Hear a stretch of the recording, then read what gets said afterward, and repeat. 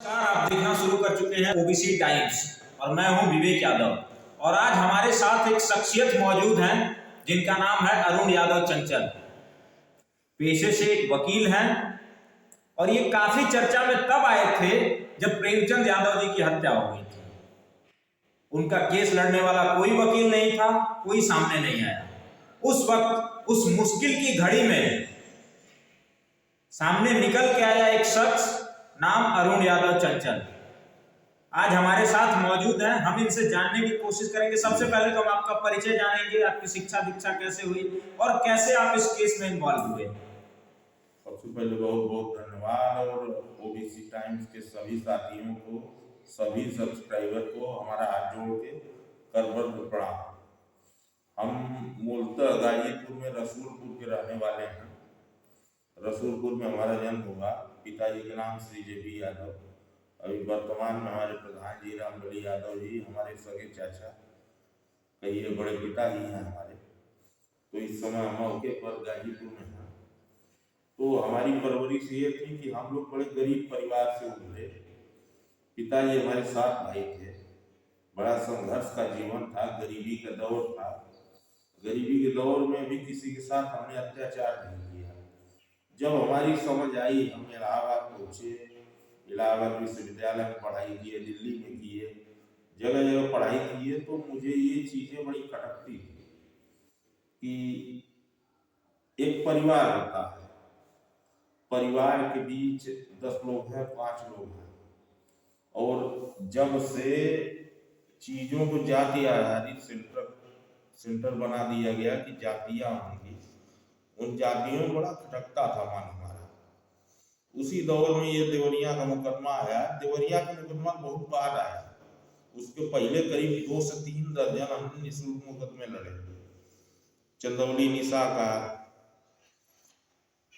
पुष्पेंद्र यादव की जो पत्नी खत्म हो गई उसका, उसके अलावा जितने भी सत्ता के खिलाफ थे मुकदमे, जो भी आप लोगों के सौरभ यादव बनारस में, तो ये मुकदमे हमने किए। उसी दौर में प्रेमचंद यादव जी का मामला आया। मैं गया, परिवार से मिला।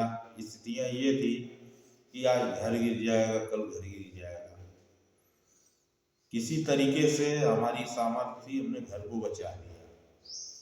चीजें थी, लेकिन आज भी हम इस बात को कहेंगे और इस बात को बड़े जोर शोर से कहेंगे कि सरकार को सोचना चाहिए कि घर बड़ी मुश्किल से बनता है। अभी भी हमारे पास मुकदमे हैं, करीब 2 दर्जन से ज्यादा लोगों का आप घर गिराना चाहते हैं, मत गिराइए। घर बड़ी मुश्किल से बनता है, उस पर कुछ फाइन लगा दीजिए। नियम है, उत्तर प्रदेश राज्य संहिता का नियम है, नियम के आधार पर चीजों को करिए। चीजें हमारे साथ भी थी।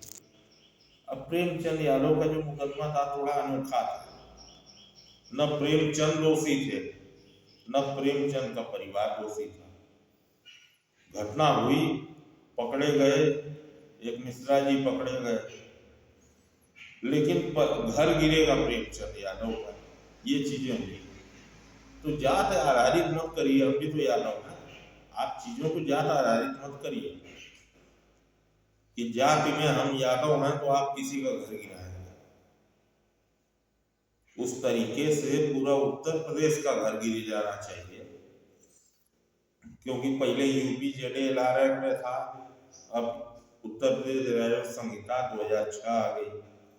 माननीय नेताजी के सौजन्य से चीजें हुई हैं। उन चीजों को समझने की जरूरत है और हमें लगता है सरकार को इन चीजों को सोचना चाहिए। किसी घर नहीं गिराना चाहिए। घर गिराना बड़ा मुश्किल काम है।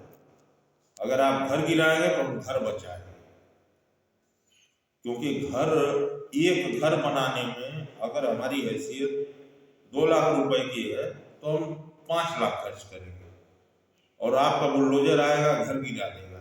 वो चीजें संभव नहीं है। तो बेहतर ये है, घर मत गिराइए, उसको एक ऑप्शन दीजिए। वो घर में कोई त्रुटि है, उसको सुधार करने का। आपने कहा कि जाति से किसी भी चीज को जोड़कर नहीं देखना है। आपने भी तो प्रेमचंद यादव का केस लड़ा, प्रेमचंद यादव भी जाति से यादव थे, आप वकील हैं, आप भी जाति से यादव हैं, इसको कैसे देखते हैं? तो प्रेमचंद यादव का मुकदमा आया थोड़ा यूनिक था। उसके पहले भदोही में रमेश बिंद की हत्या हुई, बेल खारिज हमने कराई। सिर्फ यादव का हम मुकदमा नहीं लड़ते हैं कि खाली खाली एक यादव आया और यादव हम हैं तो यादव का मुकदमा लड़ेंगे, ऐसा कुछ नहीं। हमने जीवन की एक लड़ाई लड़ी। अगर सरकार को ये लगता है कि आप किसी ओबीसी का घर गिरा देंगे तो हम इसकी गारंटी देते हैं, आप गिरा के दिखाइए, हम नहीं गिरा देंगे। अच्छा, देश में कई वकील ऐसे हैं, नामी वकील भी हैं, फिर आपने ही प्रेमचंद यादव का केस क्यों लड़ा और किसी वकील ने क्यों नहीं लड़ाई लड़ी? अन्य लोगों की बात हम नहीं जानते हैं, हम इतना जानते हैं आप गलत करेंगे तो हम भी एक चीज के लिए सिरोधार्य हैं। लोग कहते हैं कि हाँ फलाना है ढेकाना है, लेकिन हम किसी को नहीं कहते हैं। हमारे बाबा ने एक चीज सिखाई है, हमारे पिताजी श्री जेबी यादव ने, हमारे बाबा स्वर्गीय झिल्लू यादव ने, हमारे प्रधान जी श्री रामबली यादव ने एक बात सिखाई है, गलत मत होने देना। तो हम गलत नहीं होने देंगे, चाहे कुछ भी। अगर किसी के केस में और किसी व्यक्ति ने, हमने 3 दर्जन से अधिक मुकदमे निःशुल्क लड़े हैं, किसी के घर से 1 रुपए लिए, अपने घर का पैसा लगा, हम किसी से पैसा लेने नहीं गए। चाहे प्रेमचंद हो, प्रेमचंद का परिवार, प्रेमचंद की पत्नी हो प्रेमशिला यादव, या उनकी बच्चियां हो, किसी का 1 रुपए हमने लिया। अच्छा, वकीलों के बारे में तो कई तरह की धारणाएं हैं, लोग ये सोचते हैं कि वकील हैं तो कोई भी काम मुफ्त में नहीं करते हैं, फिर आपने मुफ्त में काम क्यों किया, मुफ्त में केस क्यों लड़ा? देखिए, हमारी परवरिश जो है ऐसी हुई है कि हम परवरिश में किसी से 2 रुपए मांगने नहीं गए। हमारे पिताजी और हमारे बाबा, हमारे चाचाओं ने ये नहीं सिखाया कि तुमको किसी का हनन करना है। तो हमारी परवरिश इतनी यूनिक है कि हमको 2 रोटी मिल जाए, दाल और रोटी मिल जाए, उसी में हमारा गुजारा है। ना हमारी बड़ी चाहत है ना कुछ। और आज भी विवेक जी, आज भी इस बात को मैं कहूँगा कि मुझे किसी का पैसा नहीं चाहिए। सरकार जो कर रही है वो गलत कर रही है। बताइए, बुलडोजर से न्याय किया जाएगा? किसी घर आप बुलडोजर से गिरा देंगे तो गिरवाइए, हम खड़े हैं, आप बुलडोजर से किसी घर गिरवाइए। अब देखिए, पेशे से वकील है, हालांकि ये प्रश्न पूछना भी उचित नहीं होगा, लेकिन फिर भी मैं पूछने की गुस्ताखी करूंगा आपसे कि उस समय जब हत्या हुई थी तो प्रदेश के मुखिया योगी आदित्यनाथ जी वहां जब जाते हैं घटनास्थल पे तो एक परिवार से मिलते हैं और दूसरे परिवार से नहीं मिलते हैं। इसको कैसे देखते हैं आप? आपका इस पे क्या स्टैंड है? देखिए, योगी जी मुख्यमंत्री हैं उत्तर प्रदेश के, उनको सोचना चाहिए कि उनका पूरा परिवार, एक जाति मत देखिए कि दुबे जी के परिवार की हत्या हुई है और प्रेमचंद की गए। जिस दिन स्टे हमने कराया उस दिन राष्ट्रीय अध्यक्ष जी, हमारे आदरणीय राष्ट्रीय अध्यक्ष जी अखिलेश यादव जी, मैं भी पार्टी से जुड़ा हुआ हूँ, उस दिन राष्ट्रीय अध्यक्ष जी का कार्यक्रम था, हमने स्टे कराया, चीजें हुई। हमारे कहने का मतलब ये है कि आप जाति देख के काम मत करिए ना। जाति देख के करेंगे तो उत्तर प्रदेश जो नष्ट हो जाएगा। अब जात मत देखिए। आप सूबे के मुखिया हैं, आपको दोनों घरों में जाना चाहिए। क्या प्रेमचंद यादव की क्षति नहीं हुई? उनकी बच्चियां नहीं जा पा रही हैं स्कूल तक, फिर क्या करेंगे? फिर क्या आप करेंगे? उनकी बच्चियां स्कूल नहीं जा पा रही हैं, डर और दहशत बनी हुई है। उसके बावजूद भी ये है घर गिरवा देंगे। घर गिरवाना निदान है क्या कि आप किसी घर गिरवा लेंगे? और अगर आप घर गिरवाने पर आमादा है तो घर किसी का नहीं गिरेगा। अगर मेरे पास किसी का घर गिर रहा है आ गया तो घर नहीं गिरने दूंगा। घर बहुत बड़ी बात कह रहे हैं आप। बड़ी बात तो हम जमाने से कर, किसी घर नहीं गिरने देंगे, क्योंकि अगर सरकार को है तो अवे हमारा ही घर गिरा दे। सरकार कल को एक रास्ता खोज ले कि मेरा घर गिरा दे तो गिरवा ले। हम इतने सक्षम हैं कि हम सरकार से कहने नहीं जाएंगे 10 रुपए की हम लोग रोटी खा लेंगे। यही स्थिति हो रही है उत्तर प्रदेश में। सरकार को सोचना होगा कि आप किसके घर को बचा रहे हैं, किसके घर को छोड़ रहे हैं। हम लोग भी दिन रात जो है हाई कोर्ट के अंदर संघर्ष करते हैं। आपने बीड़ा उठा रखा है कि प्रदेश में भी आप किसी का घर नहीं गिरने देंगे। उत्तर प्रदेश के अंदर घर गिराने का नियम है भाई। आप 67 की प्रोसीडिंग लेके आइए, घर गिरवाइए। उसने अवैध कब्जा किया है तो उसका घर गिरवाइए। आप डायरेक्ट बुलडोजर लेके कैसे आ सकते हैं? किसी घर मजाक में आप गिरा लेंगे घर। आप एक कमरे के अंदर जरा सा आप घुमाइए, घर के अंदर एक कमरे के अंदर आप बैठे हैं। ये घर बनाने में 2, 4, 10 लाख, 5 लाख, 20 लाख, 50 लाख लगा होगा। ये इस घर को आप देखिए कि मतलब लगा होगा। आप कल को आएंगे बुलडोजर लेके गिरा देंगे। ये मजाक चल रहा है क्या? किसी का भी घर आप ऐसे गिरा देंगे? घर गिराने के लिए कुछ नियम कायदा है। 67 की प्रोसीडिंग है। आप आइए तहसीलदार साहब के यहाँ, उसको डालिए कि हाँ फलाने घर गिराना, वो आपत्ति डालेगा। आपत्ति के बाद आप घर गिराइए। मजाक थोड़ी चल रहा है। उत्तर प्रदेश में एक चीज सरकार को समझना होगा कि अगर वो डायरेक्टली तहसीलदार जी को समझा दे अलग बात है, लेकिन नियम यही है कि उन चीजों को डिफाइन करना होगा। मतलब बुलडोजर से न्याय नहीं होना चाहिए, न्याय न्यायपालिका के माध्यम से ही होना चाहिए। बुलडोजर से अगर आप न्याय करेंगे तो हमारे कल के दुश्मन खड़े हो जाएं तो हम भी बुलडोजर लेके गिरवा दें। ये कौन सा न्याय है? कोर्ट कचहरी किस लिए बनी? आप कोर्ट में उन चीजों का न्याय है अन्याय है उसको करना पड़ेगा। कुछ दिन मुकदमा लड़े, लोग अपनी चीजों को दाखिल करें। हमारी देखिए समाज की सबसे बड़ी दुविधा यही है कि समाज में ऐसे लोग मौजूद हैं लेकिन इन्हें हम उचित सम्मान नहीं दे पाते हैं। अब जो हमारे साथ अरुण यादव जी हैं, इन्होंने निःशुल्क न जाने कितने ही केस, अनगिनत केस लड़े। घर बचाने की लड़ाई भी लड़ रहे हैं लगातार। आपने देखा अभी इन्होंने कहा कि प्रदेश में किसी का भी घर गिरने नहीं देंगे। अगर इनके पास खबर आ जाती है कि इनका घर गिरने वाला है तो ये किसी का भी घर गिरने नहीं देंगे। हमें जरूरत है कहीं ना कहीं ऐसे लोगों का साथ देने की, इन्हें मजबूत करने की। ऐसे लोग यदि मजबूत होंगे पूरा समाज मजबूत होगा, सशक्त होगा। प्रेमचंद यादव का वैसे केस अभी तक कहां पहुंचा है? प्रेमचंद यादव केस जो है अब हाई कोर्ट में इस समय पेंडिंग है।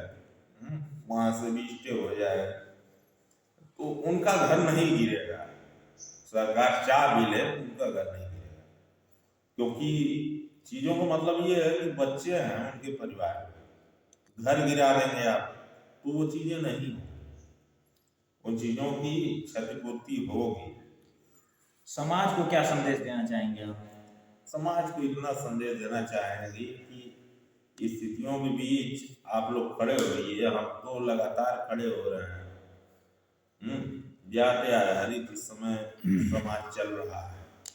लोगों को लगता है हमारे घर दुर्दिन नहीं आएंगे। दुनिया घर गिर रहा है। किसी के बाप ने घर बनाया, लड़के ने थोड़ी सी गलती कर दी तो घर गिराना कौन सा अवसर है? वो चीजें चल रही हैं। तो समाज का मतलब ये है कि समाज को समझना होगा कौन अपना है कौन पराया है। अभी राज्यसभा के चुनाव में समाजवादी पार्टी ने 3 लोगों को अपना खड़ा किया, 8 उधर से जीत गया है। और बाकी लोग गोसाईगंज से विधायक थे अवैध सिंह,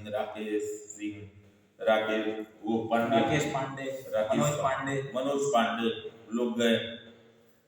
अब इन लोगों को एक ही बात हमको कहनी है कि हम भी हैं, आपसे थोड़े छोटे हैं, लेकिन समझदारी में शायद आप लोग बच्चे हैं। जो आपको खड़ा किया, हम तो उस जमाने के समाजवादी हैं।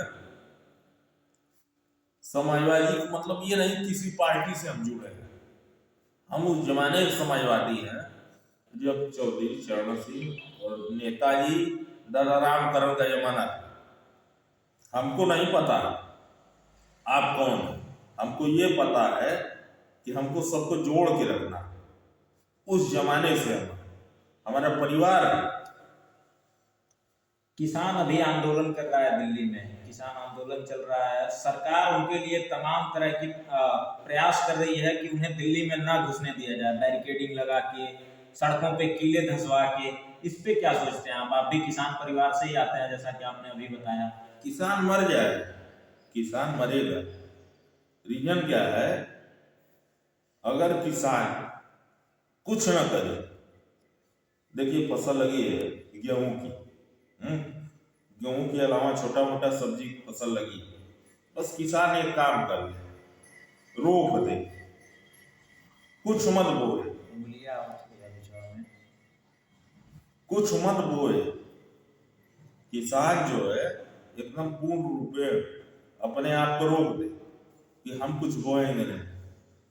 हम पूरे देश की जनता को बताएंगे यही खेत से गेहूं कटेगा और इसी खेत के गेहूं पे 1200-1300 रुपए, हम गारंटी बता रहे हैं, पिछले साल लिए 1200-1300 रुपए में कुंटल का गेहूं लेके इलाहाबाद जाए। किसान की दशा ये है, किसान का मतलब है कि आप मरेंगे। किसान कोई जिंदा आत्मा नहीं है, क्योंकि ये सरकार किसान के बारे में नहीं सोचेगी। किसान के बारे में सोचने वाले मर गए, अभी जिंदा है तो माननीय अखिलेश जी, जो किसान के बारे में सोचते हैं। और इसका मतलब नहीं कि हम उनकी पार्टी से जुड़े हैं। वो अगर किसान के खिलाफ करेंगे तो हम उनके विरोध। किसान की लड़ाई एक है, किसानों को एमएसपी का प्राइस मिलना चाहिए, न्यूनतम जो मूल्य है वो मिलना चाहिए। क्या लगता है मिल जाएगा? सरकार को देना होगा तो सरकार इतनी व्यवस्थाएं नहीं कराती, सरकार सड़कों पे कीले नहीं लगवाती, बाउंड्रीज नहीं लगवाती उनके लिए, सरकारी पैसे का दुरुपयोग ना करती। विवेक जी, उत्तर तो आप ही दे दिए। अगर कीले लगवा करके किसान को न्यूनतम समर्थन मूल्य आप देंगे तो संभव ही नहीं। इस जोर जबरदस्ती में किसान कुछ नहीं मिलेगा। किसान के नेता जितने लोग, टिकैत साहब का परिवार लगा, हम इतना ही कहना चाहेंगे कि बस एक लड़ाई है, चुनाव सामने है, ये जो सरकार है वो कुछ नहीं देगी। इस सरकार का ध्येय क्या है? घर गिरवा देंगे। आप लाचार। अब देखिए एक छोटी सी घटना मैं बताऊं, उत्तर प्रदेश पुलिस की भर्ती हुई, और उसका पेपर आउट है, और इस पेपर के लिए कौन है, कौन परीक्षा दे रहे हैं? कल रात में हम इलाहाबाद से गाजीपुर आ रहे थे और सड़कों पे दौड़ते हुए लड़कों को देखे तो हमने कहा बेटा तुम्हारा पेपर होगा नहीं। लड़के दौड़ रहे हैं, पेपर उनका आउट है। हम इसी गाजीपुरी शहीदी धरती है, ये धरती का गौरव है, ये अब्दुल हमीद की धरती है। ये धरती ने किसी का लिया नहीं, लोगों को दिया। हम तो सौभाग्यशाली मानते हैं कि यहां से 200-300 मीटर बगल में हमारा जन्म हुआ है। हम एक ही बात करते हैं कि जब इन लोगों को देखते हैं, ये लड़के दौड़ रहे हैं, आप एक परीक्षा नहीं करा सकते। हो सकता है कि ये इंटरव्यू दे रहा है, कल को सरकार कोई कार्रवाई करे, हमको डर इस बात का नहीं है, वो कार्रवाई करे, उससे हमको कोई डर नहीं। आप कार्रवाई करिए। कहा जाता है कि वकील का ना दोस्ती अच्छी ना दुश्मनी अच्छी। हाँ, तो ये सही कहा यार, सरकार हमारे खिलाफ कार्रवाई करे। एक बार कुछ कर दे हमारे साथ, अगली बार हम सरकार गिरा देंगे, अगली बार सरकार गिरा देंगे। बिल्कुल सही कहा आपने, क्योंकि मुख्यमंत्री हो, प्रधानमंत्री हो या राष्ट्रपति हो, आखिरकार उसका भी केस एक वकील ही लड़ता है। हमसे जुड़ने के लिए बहुत बहुत धन्यवाद आदरणीय वकील साहब। और देखिए, मैं इस वीडियो के माध्यम से आप सभी लोगों से गुजारिश करना चाहूंगा कि आज हमारे समाज में बहुत ही कम अरुण चंचल बचे हुए हैं, तो अब ये हमारी जिम्मेदारी बनती है कि इन्हें हम बचा के चलें, इनका साथ दें, सहयोग करें, इन्हें मजबूत करें, ताकि ये हमारी, आपकी और पूरे समाज की लड़ाई मजबूती के साथ लड़ सकें। जल्द ही मिलेंगे अगली वीडियो के साथ। नमस्कार।